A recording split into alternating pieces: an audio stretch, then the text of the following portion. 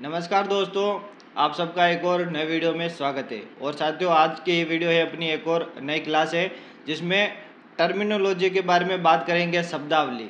इससे साथियों आपका जो वेटरनरी का बेसिक है पशुओं के बारे में, वो आपका लगभग कंप्लीट हो जाएगा पूरा का पूरा।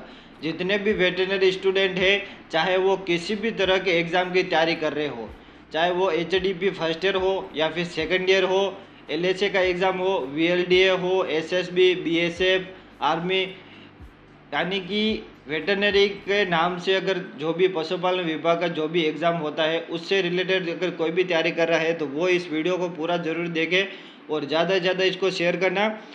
जो शब्दावली में आपको बताने वाला हूँ, लगभग इसमें कई सारे क्वेश्चन आपके हर एक एग्ज़ाम में बनते हैं। ऐसा कोई एग्ज़ाम नहीं छोड़ता है जिसमें से इस वीडियो से आपका क्वेश्चन नहीं आएगा। जो मेन जो जितने भी अपने पालतू जानवर है 10 जिनके बारे में मैं आपको बताऊंगा, उनके टर्मिनोलॉजी, उनको साइंटिफिक भाषा में क्या क्या कहते हैं, उनके बारे में पूरी जानकारी आप स्क्रीन पर देख ही सकते हो। जैसे कि उनका साइंटिफिक नाम है, अडल्ट मेल को क्या कहते हैं, adult female, male, young female, उनका जो ग्रुप्स है, जो मेटिंग है, पार्चुरेशन है, फीमेल, ये पूरी जानकारी जो है मैं आपको बताऊंगा। और साथियों वीडियो थोड़ा सा लंबा होगा, जिससे कि इसको 2 पार्ट में करके बनाएंगे, पार्ट 1 और पार्ट 2। ठीक है साथियों, तो आज का जो है पार्ट 1 का वीडियो है जो आप स्क्रीन पर देख सकते हो। और ज़्यादा से ज़्यादा शेयर कर देना, और चैनल पर नए हो तो चैनल को जरूर सब्सक्राइब कर बेल आइकन जरूर प्रेस कर देना। तो लीजिए साथियों, शुरू करते हैं आज की बहुत ही इंपॉर्टेंट इस वीडियो को, जिसमें साथियों आज इसके scientific name, adult mail, adult female वगैरह पूरी जानकारी लेते हैं। गाय, भैंस और भेड़ बकरी का, इन 4 पशुओं का जो है मैं आपको पूरा बताता हूँ। तो साथियों सबसे पहले है अपनी गाय। गाय के बारे में मैं आपको पूरा बता देता हूँ, जिसमें उसका साइंटिफिक नाम यानी कि जो वैज्ञानिक नाम है गाय का, वो क्या है काऊ का, तो बोस इंडिकस। क्या है साथियों, बोस इंडिकस। और बफेलो यानी कि भैंस का जो है बुबेलिस साइंटिफिक नेम है। ये बहुत ही इंपॉर्टेंट है साथियों। पूरी की पूरी जो वीडियो है, जो PDF है, ये साथियों यानी कि जो आज की जो क्लास है पार्ट 1 और पार्ट 2 की, बहुत ही इम्पोर्टेंट है। इसमें से आपका एक क्वेश्चन, क्या एक से ज़्यादा क्वेश्चन भी इसमें से बनते हैं। दूसरा है शेप यानी कि भेड़ को कहते हैं ओविस एरिस। और चौथा है बकरी, जिसको गोट यानी कि इसका वैज्ञानिक नाम है केपरा हिरकस। ठीक है साथियों, गाय, भैंस, भेड़, बकरी का ये वैज्ञानिक नाम है। ये आप अपने बुक में भी, नोटबुक में नोट करते रहिए, बहुत ही इंपॉर्टेंट है। और दूसरा है अडल्ट मेल यानी कि जो पशु है ये, इनके अडल्ट नर को क्या कहते हैं, जो वयस्क नर है अडल्ट मेल, उनको साइंटिफिक भाषा में क्या कहते हैं। तो गाय के वयस्क नर को बोलेंगे बुल। ठीक है साथियों, बुल कहते हैं। और भैंस के अडल्ट नर को बोलते हैं बफेलो बुल। और शिप के जो भेड़ है उसको बोलते हैं रैम या फिर टप। स्पेलिंग आप देख सकते हो, रम या फिर टप बोलते हैं। और गोट जो है बकरी, उसको बक या फिर बिल्ली कहते हैं। तीसरा है अडल्ट फीमेल, जो मादा है, वयस्क मादा, उसको क्या कहते हैं। तो गाय की वयस्क मादा को कहते हैं काऊ। और बफेलो जो है उसकी वयस्क मादा को कहते हैं बफेलो। और शेप के कहते हैं ईव। और बकरी के बोलते हैं डोई या फिर नैनी। ठीक है साथियों, ये हो गए नर और मादा, अडल्ट नर और मादा। अब जो यंग मेल है उसको क्या कहते हैं, तो यंग मेल है उसको बोलते हैं बुल काफ। ये गाय के लिए है बुल काफ। और भैंस के जो जवान नर है उसको बोलते हैं बफेलो बुल काफ। और शीप के यंग मेल को कहते हैं रैम लैम्ब या फिर टब लैम्ब। और तीसरा है बकरी का, तो बकरी के जवान नर को कहते हैं बकलिंग या फिर मेल किड। क्या कहते हैं, बकलिंग या फिर मेल किड। पांचवा पॉइंट है यंग फीमेल, जो जवान मादा जो होती है उसको क्या कहते हैं। तो जवान मादा गाय में हिपर काफ कहते हैं, भैंस में बफेलो हिपर काफ कहते हैं, और बकरी में गिम्बर लैम्ब कहते हैं, गिम्बर लैम्ब। और जो शीप है उसमें गिम्बर लैम कहते हैं, और जो बकरी है उसमें गोटलिंग कहते हैं। ठीक है साथियों, गोटलिंग कहते हैं। और 6th है न्यू बोर्न, जो नवजात जो बछड़ा जो होता है, यानी कि जो नवजात जो भी बच्चा पैदा होता है उसको क्या कहते हैं? तो गाय के नवजात को कहते हैं काफ, और भैंस के नवजात को कहते हैं बफेलो काफ, और शीप के नवजात को कहते हैं लैम या फिर किन, और इसके कहते हैं किड। बकरी के जो नवजात जो होते हैं उसको कहते हैं किड। ठीक है साथियों।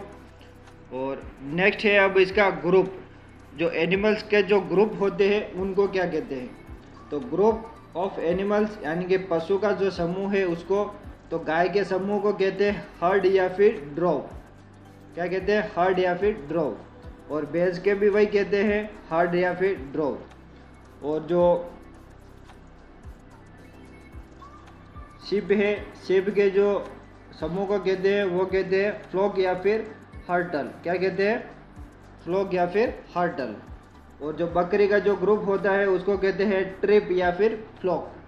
कहते हैं ट्रिप या फिर फ्लॉक।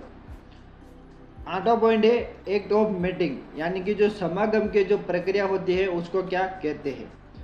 ये बहुत ही इंपॉर्टेंट लाइन है, एक्ट ऑफ पार्चुरेशन और एक्ट ऑफ मेटिंग दोनों ही। तो गाय में जो मेटिंग की जो प्रक्रिया होती है उसको कहते हैं सर्विंग, और भैंस में भी सर्विंग ही कहते हैं, और भेड़ में जो है उसको टपिंग बोलते हैं, और बकरी में भी उसको सर्विंग ही बोलते हैं। ठीक है साथियों, ये तो होगी समागम की प्रक्रिया, एक्ट ऑफ मेटिंग। अगला पॉइंट है एक्ट ऑफ पार्चुरेशन, जो प्रसव की जो प्रक्रिया होती है, यानी कि जो बच्चे ब्याते हैं, गाय भैंस ब्याती है, उसके साइंटिफिक भाषा में उसको क्या कहते हैं? तो एक्ट ऑफ पार्चुरेशन गाय का काल्विंग बोलते हैं, भैंस में भी काल्विंग बोलते हैं, और शीप में लैम्बिंग बोलते हैं, और बकरी में किडिंग बोलते हैं। किड से किडिंग, और लैम्ब से लैम्बिंग, और काफ से काविंग। ये इसका एक्ट ऑफ पार्चुरेशन हो जाएगा। अगला पॉइंट है हाउस, जो उनके जो आवास जो होते हैं, जो इनका घर होता है उसको क्या कहते हैं साइंटिफिक भाषा में? तो गाय भैंस के तो बोलते हैं शेड या फिर यार्ड। ठीक है साथियों, शेड या फिर यार्ड बोलते हैं, जिसमें बर्न या फिर बायरे भी कहते हैं। और जो भेड़ बकरी है उसके आवास को कहते हैं पेन, PEN, पेन। ठीक है साथियों, तो ये हो गया। और अगला पॉइंट है जो कास्ट्रेटेड मेल फीमेल है उनको क्या कहते हैं? जो बध्याकृत जो मादा और नर है उनको क्या कहते हैं? तो बध्याकृत जो मादा जो होती है गाय में उसको बोलते हैं स्पेड, यानी कि तीनों में चारों में ही स्पेड ही बोलते हैं। गाय भैंस भेड़ बकरी तीनों में जो मादा होती है कास्ट्रेटेड बध्याकृत जो मादा होती है उसको स्पेड बोलते हैं, SPAYED। और अगला पॉइंट है कास्ट्रेटेड मेल, यानी कि जो बध्याकृत नर है उसको क्या कहते हैं? तो गाय में तो बोलते हैं बुलोक या स्टीयर। ठीक है सर, तो क्या बोलते हैं? बुलोक या स्टीयर। और भैंस में बोलते हैं बफेलो बुलोक या फिर स्टीयर। और जो भेड़ है उसमें बोलते हैं वेटर या फिर वेदर।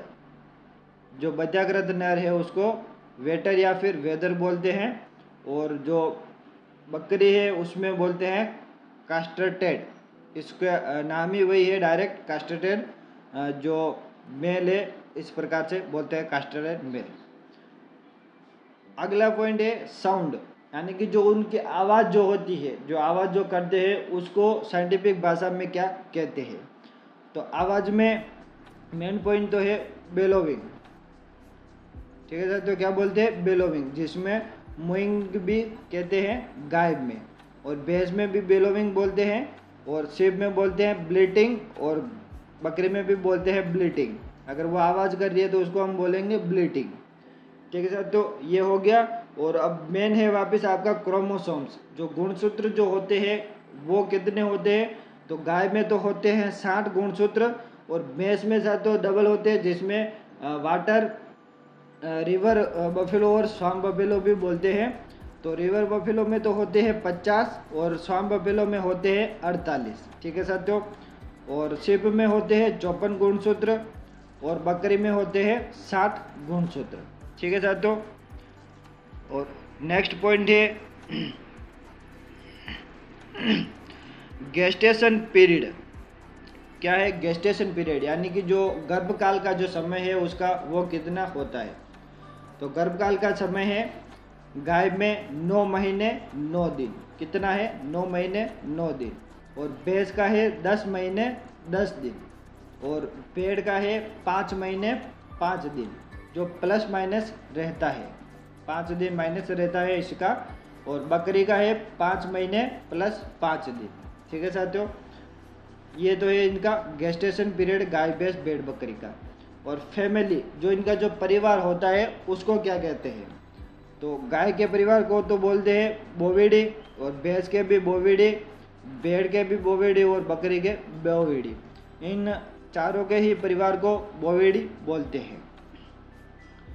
टेम्परेचर, जो इनका नॉर्मल जो टेम्परेचर होता है शरीर का तापमान, नॉर्मल तापमान, सामान्य तापमान जो कहते हैं, वो कितना रहता है? तो गाय का 100 से लेकर 102.5 डिग्री फ़ारेनहाइट। ठीक है साथियों, ये फ़ारेनहाइट में है, F फ़ारेनहाइट।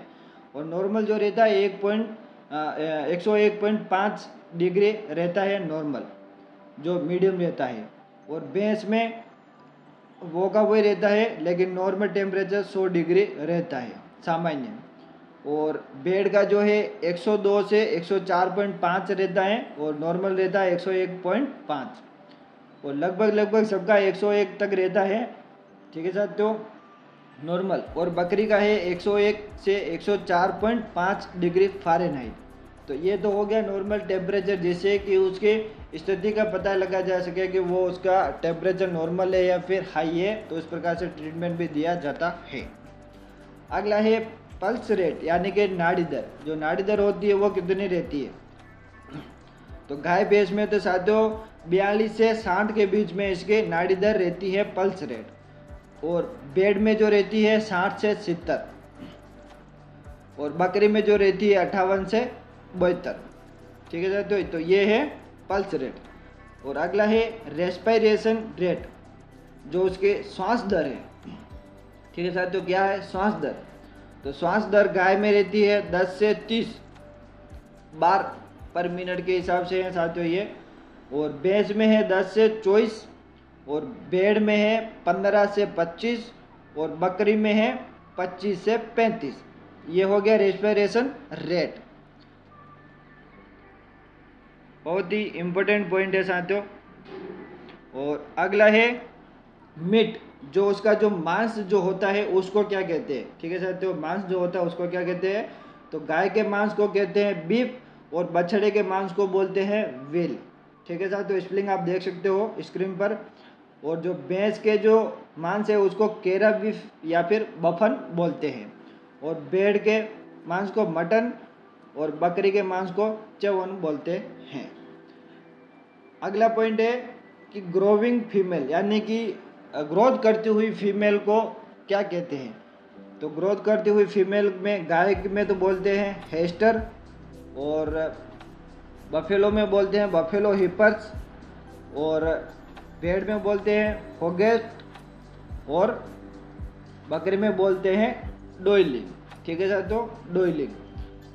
नेक्स्ट पॉइंट है कि फीडिंग, जो आहार जो इनका जो रहता है वो क्या किस टाइप का रहता है, वो किस टाइप से वो आहार करती है, चरना करती है या फिर जो आहार खाती है उस प्रकार से। तो इनकी जो फीडिंग आहार रहती है गाय भैंस में तो रहती है ग्रेजिंग, यानी कि चरना। ठीक है साथियों। और भेड़ में रहती है क्लोज ग्रेजिंग, यानी कि वो पास में चरती रहती है, पास में चरती हुई रहती है। और बकरी में जिनको बोल देंगे ब्राउजिंग।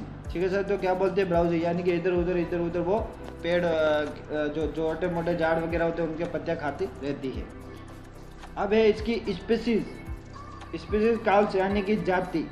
पहले तो मैंने साथ आपको परिवार बताया था, उसका फैमिली क्या है। अब है स्पीसीज जाति। ठीक है, तो स्पीसीज जाति में गाय की तो हो जाएगी बोवाइन, और भैंस की हो जाएगी बबलाइन, भेड़ की हो जाएगी ओवाइन, और बकरी की हो जाएगी कैप्राइन।